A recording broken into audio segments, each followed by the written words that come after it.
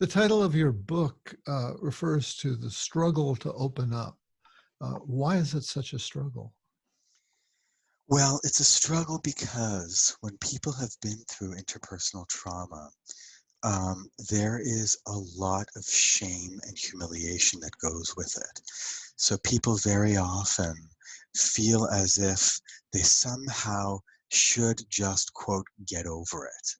There's a sense that they're obligated, there's a pressure people put on themselves to just shut up about it, get over it.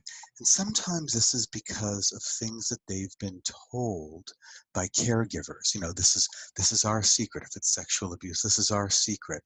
Or Oh, if it's domestic violence, they're embarrassed to yeah. tell people that their parents are, doing, that one parent is abusing another parent, that sort of thing.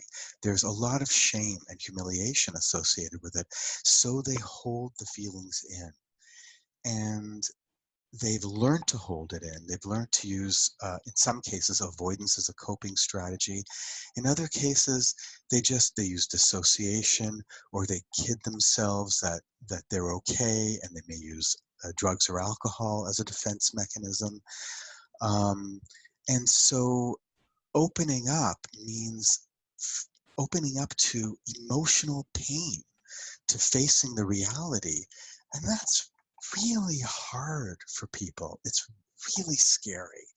So Uh-huh. people try to keep silent, and they've also been taught that if they talk about it too much, they're being disloyal. Maybe they're being disloyal to the military, or maybe they're being disloyal to their parents if they've been abused in a home situation, or maybe they're being disloyal to their partner if it's a woman who's in a domestic violence situation. And so they're taught to be loyal, and they believe that, and they feel that, and yet they're holding the burden of this terrible secret, this terrible pain they're carrying with them.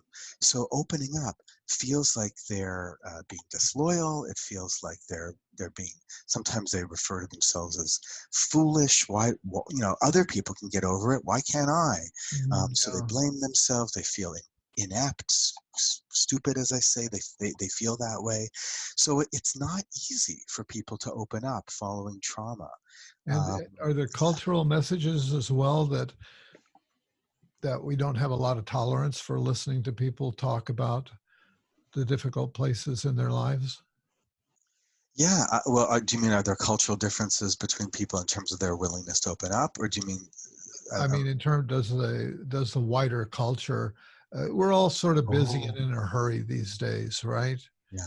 And it's like, get over it already.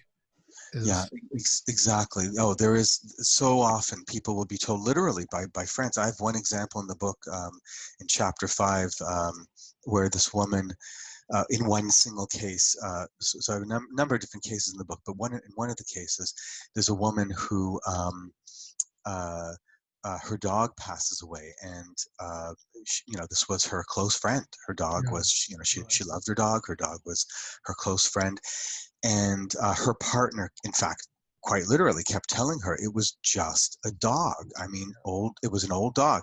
Her partner would say to her, old dogs die, okay? I mean, just get over it. And this is what she would tell herself.